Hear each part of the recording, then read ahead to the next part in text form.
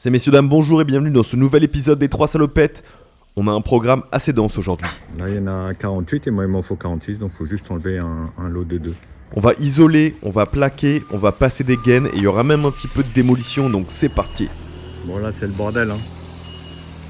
Ça rentre pas bien, j'en ai mis au-dessus, j'en ai mis à côté, je vais me démerder. Hein. Et voilà, j'essaie de tout rentrer. Et en arrière-plan, vous avez vu François qu'il a acheté l'isolant, donc ça c'est l'isolant qu'on va mettre dans les murs. Nous on préfère en mettre parce que même si la maison va être isolée par l'extérieur, on n'a pas envie que ça sonne creux. Et directement de retour sur le chantier, on a déjà commencé à travailler. En plus ce jour-là, on accueille Yann et Emilien sur site, donc faut que ça dépote quoi. Donc là on n'a pas trop filmé en arrivant parce qu'on a réparti les tâches entre les différentes personnes, mais en gros, Emilien il aide François, Pierre et moi on s'occupe du plaquage et Yann de son côté, il va isolé entre les montants. Alors pour rappel, on est en train de rénover une maison de 260 mètres carrés en 3 appartements et ici on se retrouve au R+1 et plus particulièrement dans l'aile qui a été construite entre guillemets plus récemment, donc l'aile la moins ancienne de la maison dans laquelle on a décidé de créer 2 chambres. Donc on avait déjà condamné une fenêtre par le passé. Dans l'épisode précédent, on avait également créé nos ossatures rails montants, passé les gaines électriques et donc là il y a Yann qui s'occupe de l'isolation et Pierre et moi on s'occupe du plaquage. Notre objectif, il est assez simple, c'est vraiment de dépoter ce matin-là, donc on pose les plaques entières le plus vite possible pour vraiment que ça envoie un petit peu la sauce, quoi, sachant que voilà, quand il y a du monde sur le chantier, il faut que chacun ait un job à faire pour une certaine quantité de temps. Attends, va pas trop vite. J'ai du mal à suivre. Alors faut pas oublier que toutes ces plaques, il faut bien les déplacer et que là en plus on est au R+1, donc à chaque fois il faut les monter. Ce sont donc des plaques en placo standard BA13, donc 13 mm d'épaisseur avec les bords amincis, c'est ça ce que ça veut dire BA, et une plaque ça pèse 25 kg. Donc voilà, ça fait un sacré poids qui a été monté en totalité. Et ici vous pouvez constater qu'on a marqué en orange, c'est là où des gaines passent, donc on fera gaffe à ne pas mettre de vis à ces endroits-là. Romain il fait des petits cœurs parce qu'il aime bien... Sachant que c'est François qui s'est occupé de l'électricité, on fait appel à lui lorsqu'il y a un petit doute ou un problème au niveau des gaines électriques. Génération artisan. J'ai mis le fois à 0,5 pour que ça fasse plus gros. Comme vous pouvez le constater dans ce timelapse, on a essayé d'utiliser le petit outil orange qui permet normalement de soulever la plaque, mais comme vous le voyez aussi, il y a un assez gros espace en dessous de la plaque, quasiment 5 cm, effectivement notre plafond est relativement haut. Donc malheureusement, on n'a pas vraiment trouvé l'intérêt de cet outil et donc Pierre il a tout simplement soulevé les plaques à la main. Là on a aussi réalisé une découpe en drapeau, donc on va en voir une ici plus en détail. Donc d'abord on fixe la plaque entière, on vient scier au niveau du linteau haut et du linteau bas de la fenêtre et après en fait on vient mettre un coup de cutter par l'arrière, plier la plaque et en fait mettre un coup de cutter par l'avant, ce qui nous permettra d'enlever le morceau et ça en fait ça sert à ne pas avoir de fissures plus tard dans le placo, c'est vraiment ultra important. Et c'est ça qui compte! La discipline, la consistance! Et voilà à quoi ça ressemble, un drapeau réalisé correctement. On va ici toute cette surface, on va la plaquer. Donc ici on aura une plaque. Et donc là, ces gaines, il va falloir les placer à l'intérieur de la nouvelle plaque. Et après ce montant on le mettra contre. On va vous montrer après. C'est pour ça que là j'ai fait des trous au fort étagé pour pouvoir passer les gaines à l'intérieur.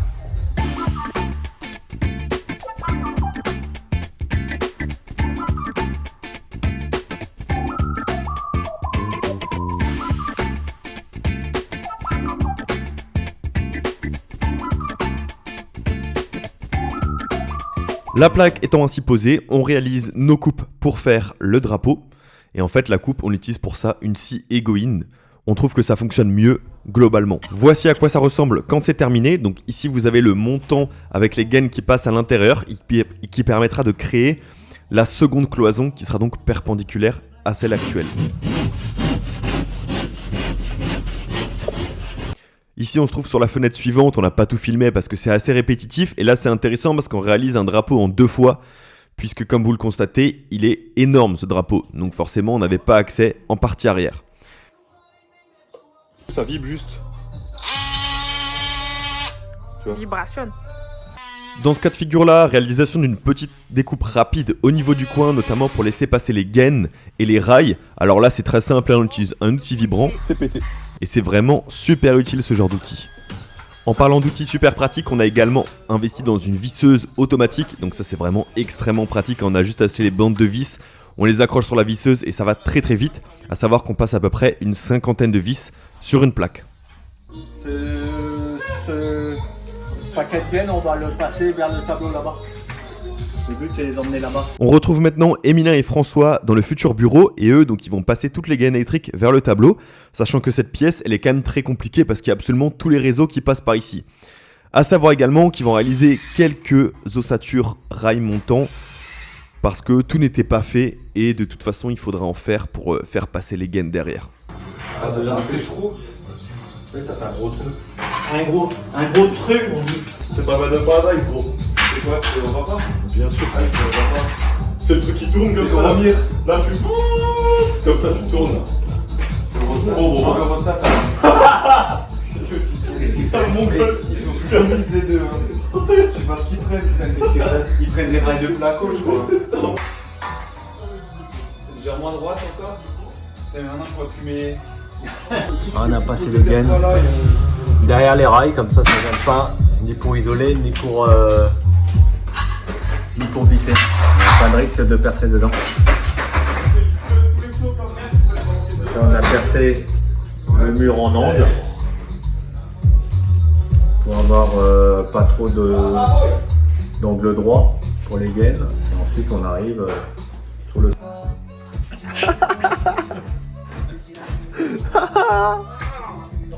Faut que t'ailles plus fort! Monsieur, vous êtes en prison? Vous travaillez en cabane? Ouais, je suis en prolongement. Mais ouais. Mais t'inspire. Bon, au final, cette pièce était assez compliquée à traiter, il y a eu beaucoup de crises de nerfs, c'était un petit peu compliqué, donc on a plutôt fini hors caméra les travaux dans cette zone-là. Mais là, voilà, vous avez l'aperçu d'à quoi ça ressemble. Les passages de gaines, là, c'est bien propre, bien droit, les angles, ils sont pas trop compliqués et tout est bien attaché. Là, pour coffrer l'IPN, on prend des rails de 70, ça correspond exactement. C'est-à-dire qu'ils dépassent légèrement. On en met à chaque côté, tout simplement. Et après... Alors on va reprendre le plaquage avec Pierre et moi, et plafond compris, donc c'est la 3e palette qu'on passe. Il y a 60 plaques par palette, donc c'est à peu près 180 plaques en tout qu'on a déjà passé sur le chantier.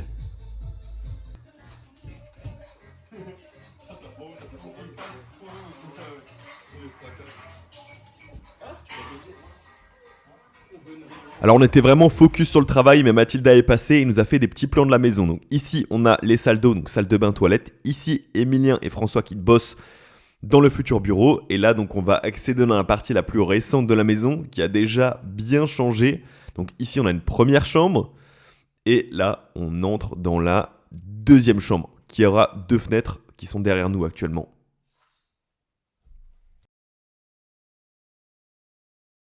Alors maintenant qu'on n'a plus de plâtre à plaquer, eh bien Pierre il reprend l'isolation des murs, donc Yann est parti entre temps, et il passe également les gaines électriques qui ont besoin d'être passées, donc là c'est masque de respiration indispensable. De mon côté, je place le mètre Solfini un petit peu partout et je trace là où on mettra nos prises. Donc nos prises elles sont à 80 cm du mètre Solfini, donc en gros le centre de la prise il sera à 20 cm du Solfini, ça nous paraissait le plus esthétique et le plus logique. Donc premièrement, petit trou à la cycloche, deuxièmement, petit outil de finition pour avoir un petit bord propre, et troisièmement, on vient chercher les gaines à l'intérieur. Pour certaines gaines, on a un petit peu galéré quand même. Regarde, tu peux faire comme Zacharia. Oh, Picasso. Après cette interlude sportive, on change d'activité avec Pierre et ici on découpe un mur. Alors c'est un mur qui se trouve à l'entrée des toilettes, et en fait il nous faut plus de dégagement pour pouvoir installer une porte. Alors, toujours dans des conditions vraiment tout à fait agréables avec une quantité de poussière énorme. Mais là c'est vrai qu'on s'est quand même servi de l'aspirateur pour éviter trop de projections de poussière partout quoi. Putain, les seins. Arrête! C'est du judo. Ah, c'est une sorte de marque.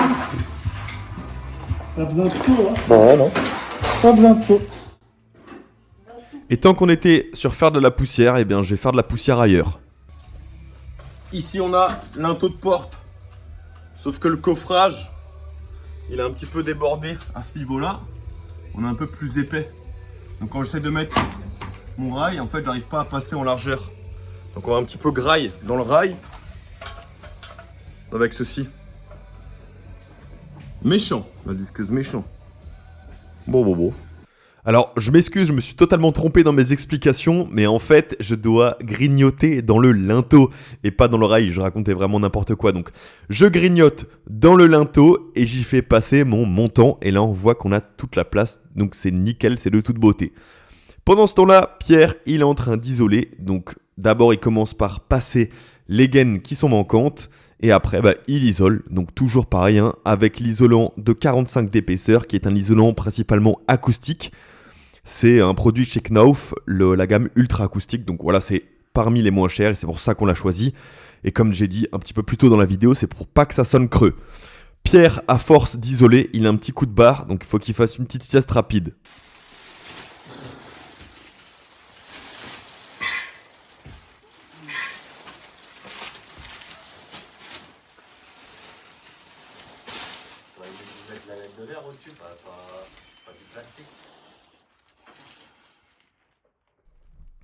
Après avoir bien rechargé ses batteries, il reprend donc l'isolation des murs et il en a bientôt terminé avec l'isolation puisqu'il n'y a plus de zone où isoler. Il passe également un gros coup d'aspirateur et regardez-moi cette lumière divine avec ses particules dans l'air, c'est magnifique. On fait une petite pause parce qu'il a enfin arrêté de pleuvoir et on mange quelques petits gâteaux.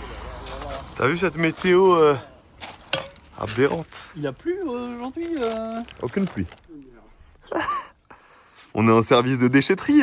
On a prévu d'aller à la déchetterie pour notre chantier, On passe chez vous et mais on est passé chez la Sorette, on s'occupe de vos déchets. récupérer ses déchets également. Hop, ça va dans la même benne que... Même benne, tout ça sera recyclé, valorisé, et on fera des nouveaux plaques-aux-plantes. Voilà. Et voilà, tas de boue. Oh ouais, On prend tout, hein. On prend tout, monsieur. Tas de boue, ouais, là, tu peux mettre. Tas de boue. En fait, la déchetterie était fermée et on avait quand même besoin d'articles chez Veldom, donc on s'est d'abord rendu chez Veldom. Mais je comprends pas, monsieur, pourquoi venez-vous au magasin de bricolage avec le véhicule complètement plein, là? Pourquoi? Je comprends pas. On vient faire des courses ou on vient déposer du matériel au magasin de bricolage? C'est Veldom qui offre un nouveau service. Soleil, hein? Soleil. Nice.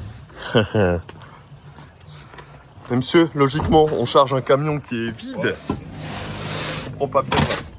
Bon, du coup, on a acheté ce que François avait besoin pour travailler et on va faire notre pause de midi rapidement. Qu'est-ce que t'es en train de lire? Un nouveau prospectus de Veldom. Ouais, il est pas tout nouveau celui-là. Il n'y a pas l'année là-dessus. Et donc, après manger, c'était la bonne, la déchetterie était ouverte. Vous êtes féminin, monsieur. Donc on a vidé tout notre tas de boue qu'on avait à l'intérieur du camtar et on s'est re-rendu chez Veldom, racheter une palette de plaques au plâtre. Voilà. Et merci aux gars de chez Veldom, les gars sûrs qui nous ont servi sous le soleil. De retour sur chantier avec François cette fois-ci, on découpe le béton cellulaire à la disqueuse pour réaliser donc la partie du mur qu'avec Pierre on a retiré. Pour qu'en fait ce soit bien propre et droit et mettre une porte, on re-réalise cette partie en béton cellulaire.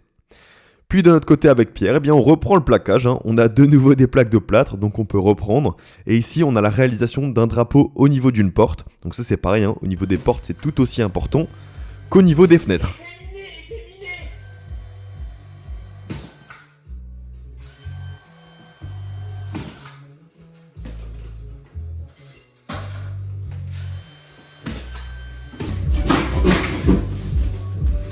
Rien de mieux qu'une scie égoïne. On a les polies qu'on mérite, hein.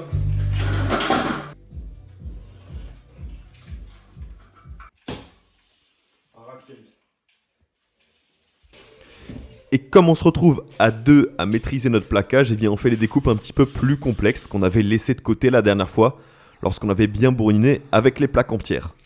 On a également le passage de l'ancienne partie jusqu'à la nouvelle partie. Là, donc, on réalise un drapeau, mais après, on se rend rapidement compte qu'on aura besoin de maps pour coller des plaques. Donc, on verra ça après. Ici, on a également posé hors caméra la première boîte de dérivation. On a choisi d'en utiliser parce qu'on trouve ça plus simple et pas si moche que ça au final.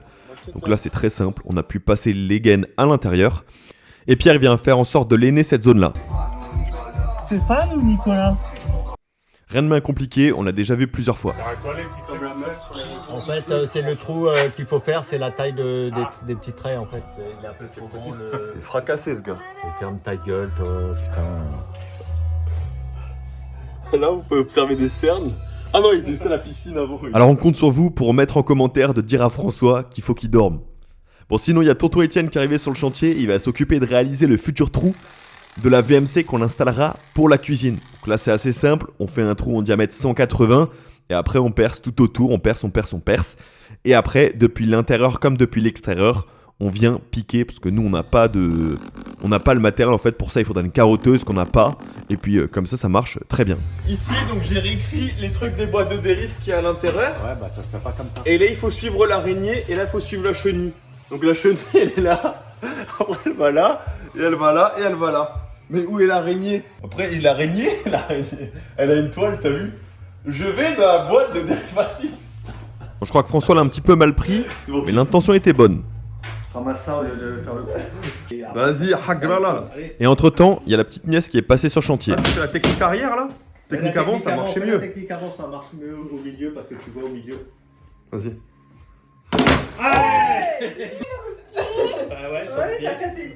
Pierre, tu verses un peu quelque chose là?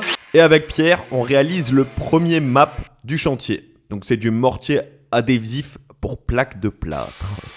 Donc on mélange simplement le produit donc en poudre avec de l'eau.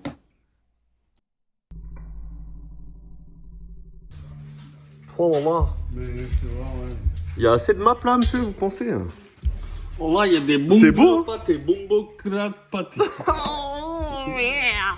Bon là, pour être honnête, on était un peu nuls. On n'a vraiment pas filmé correctement comme il fallait. Mais en gros, on dispose les pains et après on pose la plaque directement.